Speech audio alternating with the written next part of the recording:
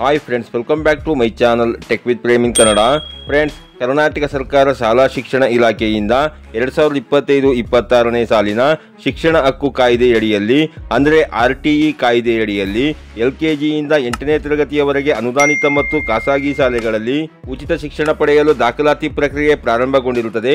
ಈ ಒಂದು RTE ಕಾಯ್ದೆಯಡಿಯಲ್ಲಿ ಉಚಿತ ಶಿಕ್ಷಣ ಪಡೆಯಲಿಕ್ಕೆ ಅರ್ಜಿ ಹಾಕಲಿಕ್ಕೆ ನಿಮಗಿರಬೇಕಾಗಿರುವ ಅರ್ಹತೆಗಳೇನು, ಏನೇನು ದಾಖಲೆಗಳನ್ನು ನೀಡಬೇಕು, ಎಲ್ಲಿ ಅರ್ಜಿ ಹಾಕಬೇಕು, ಹಾಗೇನೆ ಅರ್ಜಿ ಸಲ್ಲಿಸಲಿಕ್ಕೆ ಕೊನೆಯ ದಿನಾಂಕ ಯಾವುದು ಮತ್ತು ಆಯ್ಕೆಯಾದ ವಿದ್ಯಾರ್ಥಿಗಳ ಮೊದಲ ಸುತ್ತಿನ ಸೀಟು ಹಂಚಿಕೆ ಯಾವಾಗ ಪ್ರಕಟಿಸಲಾಗುತ್ತದೆ, ಎರಡನೇ ಸುತ್ತಿನ ಸೀಟು ಹಂಚಿಕೆ ಯಾವಾಗ ಪ್ರಕಟಿಸಲಾಗುತ್ತದೆ ಅನ್ನುವ ಸಂಪೂರ್ಣವಾದ ಮಾಹಿತಿಯನ್ನು ಈ ವಿಡಿಯೋದಲ್ಲಿ ನಾನು ನಿಮಗೆ ತಿಳಿಸ್ಕೊಡ್ತೇನೆ.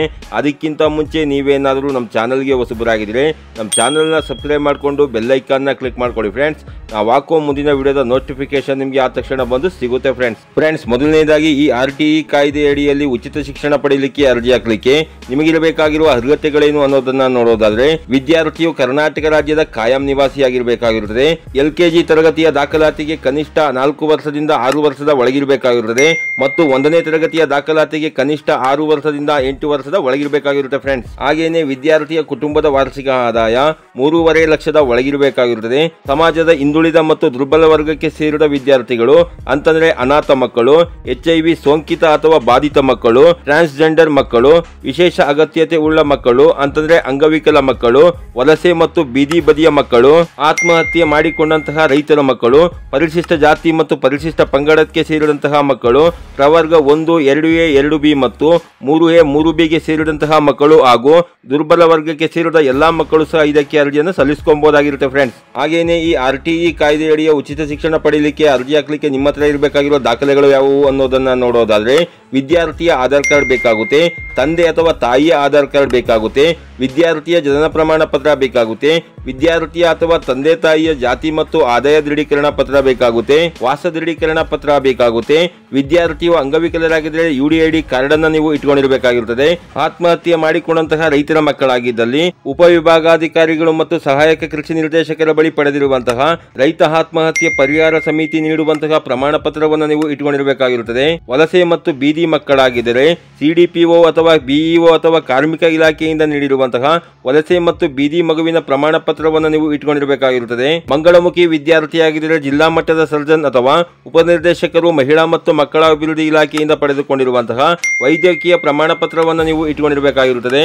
HIV ಸೋಂಕಿತ ಅಥವಾ ಬಾಧಿತ ಮಕ್ಕಳಾಗಿದ್ದರೆ ಸಮಗ್ರ ಆಪ್ತ ಸಮಾಲೋಚನೆ ಅಥವಾ ಪರೀಕ್ಷಾ ಕೇಂದ್ರಗಳ ಪ್ರಮಾಣ ಪತ್ರಗಳ ಆಧಾರ ಜಿಲ್ಲಾ ಮಟ್ಟದ ಸರ್ಜನ್ ಅಥವಾ ಜಿಲ್ಲಾ ವೈದ್ಯಾಧಿಕಾರಿಗಳು ನೀಡಿರುವಂತಹ ಹಸಿರು ಪುಸ್ತಿಕೆಯನ್ನು ನೀವು ಇಟ್ಟುಕೊಂಡಿರಬೇಕಾಗಿರುತ್ತದೆ. ಅನಾಥ ಮಕ್ಕಳಾಗಿದ್ದರೆ CDPO ಅಥವಾ ಕ್ಷೇತ್ರ ಶಿಕ್ಷಣಾಧಿಕಾರಿಗಳು ನೀಡಿರುವಂತಹ ಶಿಕ್ಷಣ ಇಲಾಖೆ ಒದಗಿಸಿರುವ ನಮೂನೆಯಲ್ಲಿ ದೃಢೀಕರಣ ಪತ್ರವನ್ನು ನೀವು ಇಟ್ಕೊಂಡಿರಬೇಕಾಗಿರುತ್ತೆ ಫ್ರೆಂಡ್ಸ್. ಹಾಗೇನೆ ಇದರ ಬಗ್ಗೆ ನಿಮಗೆ ಇನ್ನೂ ಹೆಚ್ಚಿನ ಮಾಹಿತಿ ಬೇಕು ಅಂತಂದ್ರೆ ಡಿಸ್ಕ್ರಿಪ್ಷನ್ ಬಾಕ್ಸ್ ನಲ್ಲಿ ಲಿಂಕ್ ಅನ್ನ ಕೊಟ್ಟಿರ್ತೀನಿ. ಆ ಲಿಂಕ್ ಮೇಲೆ ಕ್ಲಿಕ್ ಮಾಡ್ಕೊಂಡ್ರೆ ನಿಮಗೆ ಈ ರೀತಿಯಾಗಿ ಶಾಲಾ ಶಿಕ್ಷಣ ಇಲಾಖೆಯ ಅಧಿಕೃತ ವೆಬ್ಸೈಟ್ ಓಪನ್ ಆಗಿ ಸಿಗುತ್ತೆ. ಇಲ್ಲಿ ನೀವು ಸ್ಕ್ರಾಲ್ ಡೌನ್ ಮಾಡ್ಕೊಂಡ್ರೆ ಇಲ್ಲಿ ನೀವು ನೋಡ್ತಾ ಇರಬಹುದು 2025-26ನೇ ಸಾಲಿಗೆ ಶಿಕ್ಷಣ ಹಕ್ಕು ಕಾಯ್ದೆ 2009ರ ಸೆಕ್ಷನ್ 12(1)B ಮತ್ತು ಸೆಕ್ಷನ್ 12(1)C ಅಡಿ ಪ್ರವೇಶ ಪ್ರಕ್ರಿಯೆ ಬಗ್ಗೆ ಅಂತಿದೆಯಲ್ಲ, ಇದ್ರ ಮೇಲೆ ನೀವು ಕ್ಲಿಕ್ ಮಾಡ್ಕೊಂಡ್ರೆ ಇಲ್ಲಿ ನಿಮಗೆ ಈ ರೀತಿಯಾದ PDF ಓಪನ್ ಆಗಿ ಸಿಗುತ್ತೆ. ಇದನ್ನ ನೀವು ಸಂಪೂರ್ಣವಾಗಿ ಓದ್ಕೊಂಡ್ರೆ ಇದ್ರ ಬಗ್ಗೆ ಸಂಪೂರ್ಣವಾದ ಮಾಹಿತಿಯನ್ನು ಇಲ್ಲಿ ಕೊಟ್ಟಿರ್ತಾರೆ ಫ್ರೆಂಡ್ಸ್.